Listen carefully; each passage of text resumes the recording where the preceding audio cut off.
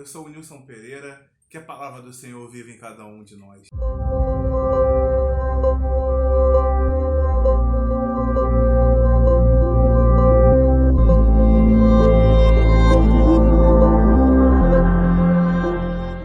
E exatamente dela que eu quero falar nesse momento. Eu quero dividir com vocês um trecho de um dos textos do meu devocional de hoje.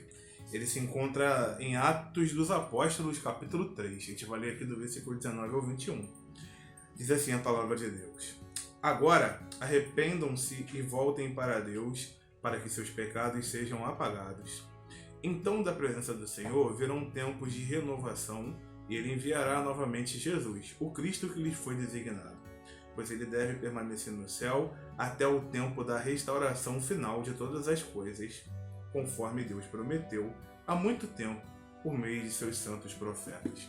Esse texto, ele é um texto que está ali inserido no discurso, né, no sermão que Pedro vai proferir no templo.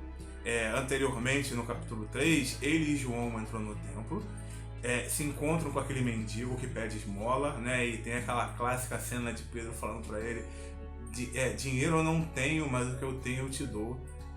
Levanta-te e anda em nome do Senhor Jesus, que é muito dissipado por aí, né? E é muito bacana mesmo. E logo depois Pedro, ele vai, quando ele pisa no templo com toda a ousadia, cheio do Espírito, ele vai pregar esse sermão. Eu separei esse trecho porque ele é um trecho muito importante para nós até hoje. Essas palavras que Pedro vai proferir são as mesmas palavras que João Batista vai proferir quando ele começa a pregar, que o próprio Jesus pregou várias vezes, que o apóstolo Paulo pregou, que os pais da igreja pregaram, que os reformadores pregaram, que os missionários do século XIX pregaram e que nós, aqui, a igreja em 2020, precisa pregar. Arrependei-vos, pois é chegado o tempo que Jesus voltará e o reino vai se consumar.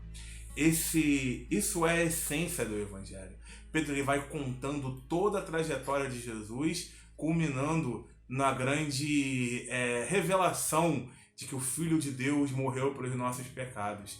E a partir de agora, ele vai poder redimir aqueles que se arrependem e se entregam a ele. Esse livro aqui, que eu quero deixar como indicação, é do David Nicholas, né? David Nicholas, ele é o plantador da Spanish River Church, lá em Boca Raton, na Flórida. E esse livro, o David Nicholas escreveu depois de uma longa e extensa pesquisa. Ele visitou várias igrejas nos Estados Unidos e ele entendeu que a maioria delas não pregava mais o Evangelho. Citava a Bíblia, mas não pregava o Evangelho. Tem como fazer isso, né? Esse é um livraço, um dos livros que eu mais gosto na vida. Chama-se O que Fizeram do Evangelho. Vale muito a pena. Para quem não sabe como é Spanish River é a igreja que mais plantou outras igrejas no nosso tempo e possivelmente na história, né? Porque hoje nós temos mais facilidade para plantar igrejas do que na época apostólica.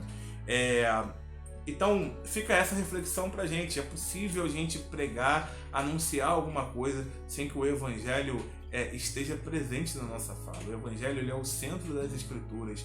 O Evangelho, ele é o motivo de existir as Escrituras, o motivo de nós estarmos aqui até hoje, de sermos salvos quando o Senhor nos chama para a glória, e é um motivo também da existência do inferno. Pelo Evangelho, Jesus deu a sua vida e nós damos a nossa também para Ele. Pelo Evangelho, nós podemos ser enxertados, né, como vai ser dito lá por apóstolo Paulo em Romanos, como gentios e filhos de Deus adotados à imagem do Senhor Jesus. É pelo Evangelho que tudo isso acontece. O Evangelho é a coisa mais importante que existe no mundo e a Bíblia Sagrada é o objeto mais importante que existe. Nós adoramos carros, adoramos joias, adoramos propriedades, mas a Bíblia, esse livro aqui com 66 livros canônicos no qual o Senhor separou para falar com o seu povo e para converter aqueles que ainda não são seu povo, mas foram escolhidos desde lá da fundação do mundo, ela é o objeto mais importante que existe nesse mundo e no outro e que está por vir também. A palavra de Deus é o próprio Senhor, como John Piper dizia, Deus é o Evangelho é o centro das Escrituras. Então nós precisamos pregar o Evangelho, você precisa se arrepender dos seus pecados, seja já convertido ou não. Se você não é convertido, ouça as minhas palavras, porque não são minhas. Eu sou apenas um arauto anunciando a mensagem do Rei. O Rei está voltando, Jesus está voltando.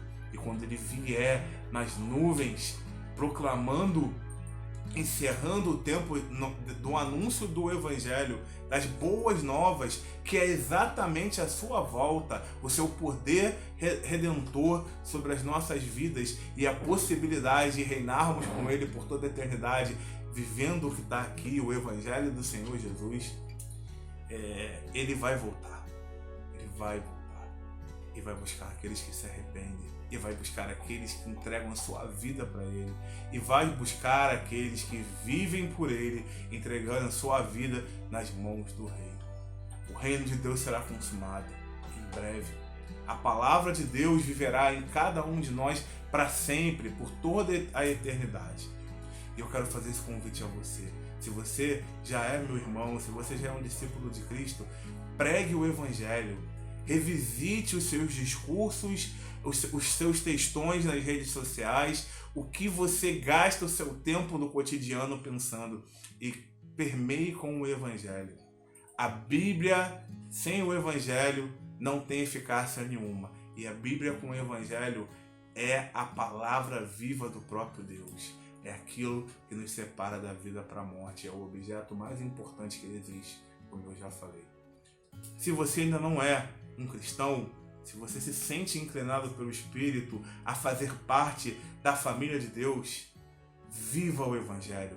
Procure o cristão que você considera maduro mais próximo de você e peça para que ele exponha o que é o Evangelho para a sua vida, assim como Pedro fez naquele tempo. Que o Senhor Jesus seja glorificado através do Evangelho e que a palavra do Senhor viva em cada um de nós. Amém? Um forte abraço e até a próxima.